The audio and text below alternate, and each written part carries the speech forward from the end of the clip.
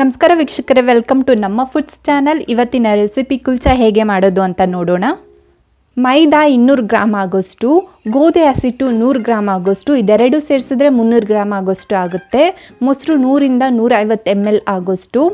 Baking powder ಅಥವಾ baking soda ನಿಮ್ಮ ಮನೆಯಲ್ಲಿ ಯಾವುದಿದ್ರೆ ಅದನ್ನ 1 ಸ್ಪೂನ್ ಹಾಕ್ಕೊಳ್ಳಿ. ಸಕ್ಕರೆ 1 ಟೇಬಲ್ ಸ್ಪೂನ್ ಆಗೋಷ್ಟು, ಬಿಳಿ ಎಳ್ಳು 1ರಿಂದ 2 ಟೇಬಲ್ ಸ್ಪೂನ್ ಆಗೋಷ್ಟು. ಕ್ವಾಂಟಿಟಿ ನೋಡಿಕೊಂಡು ನೀವು ಹಾಕ್ಕೊಬೇಕಾಗುತ್ತೆ. ಜಾಸ್ತಿ ಕ್ವಾಂಟಿಟಿ ಹಾಕ್ಕೊಂಡ್ರೆ 3ರಿಂದ 4 ಸ್ಪೂನ್ ತೊಗೊಳ್ಳಿ, ಸಾಕಾಗುತ್ತೆ. ಕೊತ್ತಂಬರಿ ಸೊಪ್ಪು ಸ್ವಲ್ಪ, ಎಣ್ಣೆ 4ರಿಂದ 8 ಸ್ಪೂನ್ ಆಗೋಷ್ಟು, ರುಚಿಗೆ ತಕ್ಕಷ್ಟು ಉಪ್ಪು ನೀವು ನೋಡ್ಕೊಂಡು ಹಾಕ್ಕೊಳ್ಬೇಕಾಗುತ್ತೆ. ಉಪ್ಪು ಒಂದು ಚಿಕ್ಕ ಗ್ಲಾಸಲ್ಲಿ ನೀರು ಸಾಕಾಗುತ್ತೆ. ಈಗ ನಾನು ಮೈದಾ ಹಸಿಟ್ಟಿಗೆ ಗೋಧಿ ಹಸಿಟ್ಟು ಹಾಕ್ಕೊಂಡು ಇದಕ್ಕೆ ಸಕ್ಕರೆ, ಬೇಕಿಂಗ್ ಪೌಡರು ಅಥವಾ ನಿಮ್ಮ ಮನೆಯಲ್ಲಿ ಬೇಕಿಂಗ್ ಸೋಡಾ ಇದ್ದರೆ ಬೇಕಿಂಗ್ ಸೋಡಾನೂ ಹಾಕ್ಕೊಬೋದು. ಉಪ್ಪು ಇದನ್ನೆಲ್ಲ ಹಾಕಿ ಒಂದು ಸ್ಪೂನ್ ಸಹಾಯದಿಂದ ಕಲಿಸ್ಕೊತಾ ಇದ್ದೀನಿ. ಬೇಕಿಂಗ್ ಪೌಡರ್ ಅಥವಾ ಬೇಕಿಂಗ್ ಸೋಡಾ ಹಾಕೋದ್ರಿಂದ ಉಬ್ಬುತ್ತೆ, ಅದಕ್ಕೋಸ್ಕರ ಇದು ಹಾಕೋದು. ಸಕ್ಕರೆ ಹಾಕೋದ್ರಿಂದ ಕೆಂಪಗೆ ಬರುತ್ತೆ, ಅದಕ್ಕೋಸ್ಕರ ಇದು ಹಾಕೋದು. ಇದನ್ನೆಲ್ಲ ಹಾಕ್ಕೊಂಡು ಒಂದ್ಸಲ ನೀಟಾಗಿ ಕಲಿಸ್ಕೊಂಡು ಆಮೇಲೆ ಸ್ವಲ್ಪನೇ ಮೊಸರು ಹಾಕ್ಕೊಂಡು ಕಲಿಸ್ಕೊಬೇಕಾಗುತ್ತೆ. ನಾನಿಲ್ಲಿ ಮೊಸರು ಮಾತ್ರ ಹಾಕ್ಕೊಂಡು ಕಲಿಸ್ಕೊತಾ ಇದ್ದೀನಿ. ನಿಮ್ಮ ಮನೆಯಲ್ಲಿ ಅಷ್ಟು ಮೊಸರಿಲ್ಲ ಅಂದರೆ ಅರ್ಧ ಮೊಸರು ಅರ್ಧ ನೀರು ಹಾಕ್ಕೊಂಡು ಕಲಿಸ್ಕೊಬೋದು, ತೊಂದರೆ ಏನಿಲ್ಲ. ಮೊಸರು ಹಾಕೋದ್ರಿಂದ ಸಾಫ್ಟಾಗಿ ಬರುತ್ತೆ, ಅದಕ್ಕೋಸ್ಕರ ಮೊಸರು ಹಾಕೋದು. ಇದನ್ನೆಲ್ಲ ಹಾಕ್ಕೊಂಡು ನೀಟಾಗಿ ನಾವು ಕಲಿಸ್ಕೊಬೇಕಾಗುತ್ತೆ. ಚಪಾತಿ ಹಸಿಟ್ಟು ಹೇಗೆ ಕಲಿಸ್ಕೊತೀರೋ ಅದೇ ಥರ ಕಲಿಸ್ಕೊಬೇಕಾಗುತ್ತೆ. ಆದರೆ ನಾವಿಲ್ಲಿ ಜಾಸ್ತಿ ನಾದಷ್ಟು ಚೆನ್ನಾಗಿ ಬರುತ್ತೆ, ಕುಲ್ಚಾ ಉಬ್ಬುತ್ತೆ, ಅದಕ್ಕೋಸ್ಕರ ಇದನ್ನು ಚೆನ್ನಾಗೇ ನಾದ್ಕೊಬೇಕಾಗುತ್ತೆ. ಈ ಥರ ಆದಮೇಲೆ ಇದಕ್ಕೆ 2 ಟೇಬಲ್ ಸ್ಪೂನ್ ಆಗೋಷ್ಟು ಎಣ್ಣೆ ಹಾಕ್ಕೊಳ್ಳಿ. ಎಣ್ಣೆ ಹಾಕೋದ್ರಿಂದ ಸಾಫ್ಟ್ ಟೆಕ್ಸ್ಚರಲ್ಲಿ ಬರುತ್ತೆ, ಅದಕ್ಕೋಸ್ಕರ ನಾವು ಎಣ್ಣೆ ಹಾಕ್ಬಿಟ್ಟು ಮತ್ತೆ ಕಲಿಸ್ಕೊಂಡು ಇದನ್ನು 10 ನಿಮಿಷ ಹಾಗೆ ಲಿಡ್ ಕ್ಲೋಸ್ ಮಾಡಿ ಹಾಗೆ ಬಿಡ್ತೀರಿ. ಎಣ್ಣೆ ಹಾಕೋದ್ರಿಂದ ಅದು ಒಳಗಡೆ ಹೋಗಿ ತುಂಬ ಸಾಫ್ಟ್ ಟೆಕ್ಸ್ಚರ್ ಬರುತ್ತೆ, ಅದಕ್ಕೋಸ್ಕರ ಎಣ್ಣೆ ಹಾಕೋದು ನೆನಪಿರಲಿ. 10 ನಿಮಿಷವರೆಗೂ ನೀವು ಹಾಗೆ ಬಿಡಬೇಕಾಗುತ್ತೆ. 10 ನಿಮಿಷ ಆಮೇಲೆ ನೋಡಿ ಈ ಥರ ಆಗುತ್ತೆ, ಈ ಥರ ಸಾಫ್ಟ್ ಟೆಕ್ಸ್ಚರ್ ಬರುತ್ತೆ. ಈಗ ಚಪಾತಿ ಮಂಡೆ ತೊಗೊಂಡು ಅದ್ರ ಮೇಲೆ ಗೋಧಿ ಹಸಿಟ್ಟನ್ನ ಹಾಕ್ಕೊತಾ ಇದ್ದೀನಿ ಸ್ವಲ್ಪ. ಈ ಥರ ಹಾಕ್ಕೊಂಡು ಆಮೇಲೆ ನಾವು 10 ನಿಮಿಷ ನೆನೆಸಿಟ್ಕೊಂಡಿರೋ ಹಿಟ್ಟನ್ನ ತೊಗೊಂಡು ಈ ಥರ ನಾದ್ಕೊಬೇಕಾಗುತ್ತೆ. ನೀವು ನೋಡ್ತಾ ಇರ್ಬೋದು ವಿಡಿಯೋದಲ್ಲಿ. ಈ ಥರ ನಾದ್ಕೊಳೋದ್ರಿಂದ ತುಂಬ ಸಾಫ್ಟಾಗಿ ಬರುತ್ತೆ ಕುಲ್ಚಾ, ಅದಕ್ಕೋಸ್ಕರ ನಾದ್ಕೊಳೋದು ಚೆನ್ನಾಗೆ. ಈ ಥರ ನಾದ್ಕೊಂಡಿದ್ದಾದಮೇಲೆ ಸ್ವಲ್ಪ ಭಾಗನ ನಾವು ತೊಗೊಬೇಕಾಗುತ್ತೆ.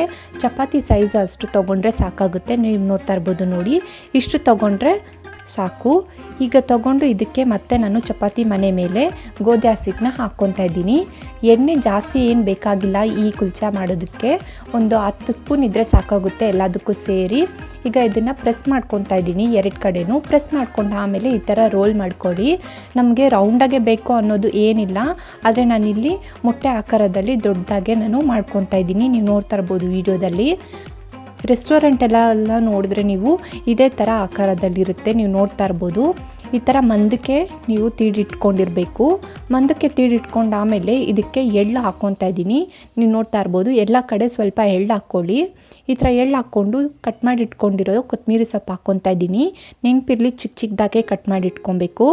ಈ ಥರ ಹಾಕ್ಕೊಂಡು ಈಗ ಮತ್ತೆ ನಾನು ಇದನ್ನು ಲಟ್ಟಿಸ್ಕೊತಾ ಇದ್ದೀನಿ 2 ಸಲ ಲಟ್ಟಿಸ್ಕೊಂಡ್ರೆ ಸಾಕಾಗುತ್ತೆ, ಜಾಸ್ತಿ ಲಟ್ಟಿಸ್ಕೊಳಕ್ಕೆ ಹೋಗಬೇಡಿ, ಕಿತ್ತೋಗೋ ಚಾನ್ಸಸ್ ಇರುತ್ತೆ. ಈಗ ಮತ್ತೆ ಇದನ್ನು ತಿರ್ಸಾಕೊಂಡು ಇದಕ್ಕೆ ನೀರು ಹಾಕ್ಕೊತಾ ಇದ್ದೀನಿ.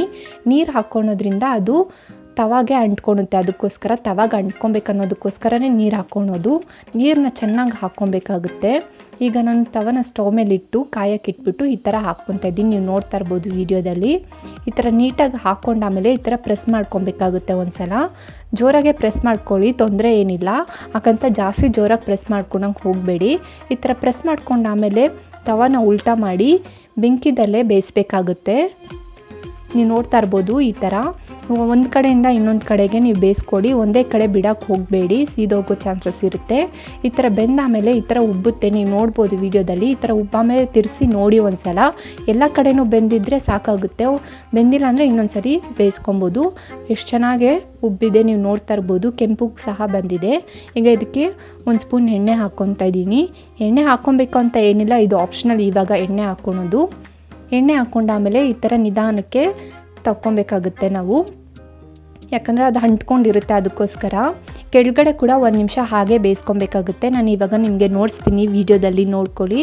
ಮೇಲೆ ತುಂಬ ಚೆನ್ನಾಗೇ ಬೆಂದಿದೆ, ಹಾಗೆ ಹಿಂದೆನೂ ಅಷ್ಟೇ ತುಂಬ ಚೆನ್ನಾಗೇ ಬೆಂದಿತ್ತು. ನೀವು ನೋಡ್ತಾ ಇರ್ಬೋದು ವಿಡಿಯೋದಲ್ಲಿ ಎಷ್ಟು ಚೆನ್ನಾಗಿ ಕ್ರಿಸ್ಪಿಯಾಗಿರುತ್ತೆ. ಹಿಂದ್ಗಡೆ ಮೇಲ್ಗಡೆ ಸಾಫ್ಟಾಗಿ ಇದ್ದು ಹಿಂದ್ಗಡೆ ಕ್ರಿಸ್ಪಿಯಾಗಿರುತ್ತೆ. ನಾನು ಈಗ ನಿಮಗೆ ಇನ್ನೊಂದು ಸಲ ಸಹ ನೋಡಿಸ್ತಾ ಇದ್ದೀನಿ. ನೀವು ನೋಡ್ತಾ ಇರ್ಬೋದು ವಿಡಿಯೋದಲ್ಲಿ ಸೇಮ್ ಪ್ರೊಸೆಸ್ಸು. ನೀರು ಹಾಕ್ಕೊಂಡು ಫ್ಲಿಪ್ ಮಾಡಿಕೊಂಡು ಈ ಥರ ಎಲ್ಲ ಮಾಡ್ಕೊಬೇಕಾಗುತ್ತೆ. ಮಾಡೋವರೆಗೂ ತುಂಬ ಕಷ್ಟ ಅನಿಸುತ್ತೆ, ಮಾಡೋ ಮೇಲೆ ತುಂಬ ಈಸಿ ಅನಿಸುತ್ತೆ. ಒಂದು ಸಲ ಟ್ರೈ ಮಾಡಿ ನೋಡಿ ಮನೆಯಲ್ಲಿ, ತುಂಬ ಈಸಿ ಮತ್ತು ಸಿಂಪಲ್ಲು. ನಾನು ಹೇಳಿರೋ ಇಂಗ್ರೀಡಿಯೆಂಟ್ಸ್ ಹಾಕಿದ್ರೆ ಈ ಥರ ಉಬ್ಬಿ ಈ ಥರ ಕೆಂಪಗೆ ತುಂಬ ಸಾಫ್ಟಾಗಿ ತುಂಬ ಚೆನ್ನಾಗಿ ಬರುತ್ತೆ. ನೀವು ನೋಡ್ತಾ ಇರ್ಬೋದು ವೀಡಿಯೋದಲ್ಲಿ. ಆದರೆ ಈ ಪ್ರಾಸೆಸ್ಸಲ್ಲಿ ಎತ್ತಬೇಕಾದ್ರೆ ತುಂಬ ಹುಷಾರಾಗಿ ಎತ್ತಬೇಕಾಗುತ್ತೆ, ಒಂದೊಂದು ಸಲ ಸ್ಟಿಕ್ ಆಗಿಬಿಟ್ಟಿರುತ್ತೆ. ಅದಕ್ಕೋಸ್ಕರ ಇದ್ರ ಜೊತೆಗೆ paneer butter masala, palak paneer masala, chicken fry ಎಲ್ಲನೂ ತುಂಬ ಚೆನ್ನಾಗಿರುತ್ತೆ. ಆದರೆ ನಾನಿವತ್ತು ಪಾಲಕ್ ಪನ್ನೀರ್ ಮಾಡಿದ್ದೀನಿ. ಈ ರೆಸಿಪಿ ಮುಂದೆ ವೀಡಿಯೋದಲ್ಲಿ ಹಾಕ್ತೀನಿ, ನೀವು ನೋಡ್ಬೋದು. ತುಂಬ ಸಾಫ್ಟಾಗಿತ್ತು ಕುಲ್ಚಾ. ಒಂದು ಸಲ ಟ್ರೈ ಮಾಡಿ ನೋಡಿ. Thank you.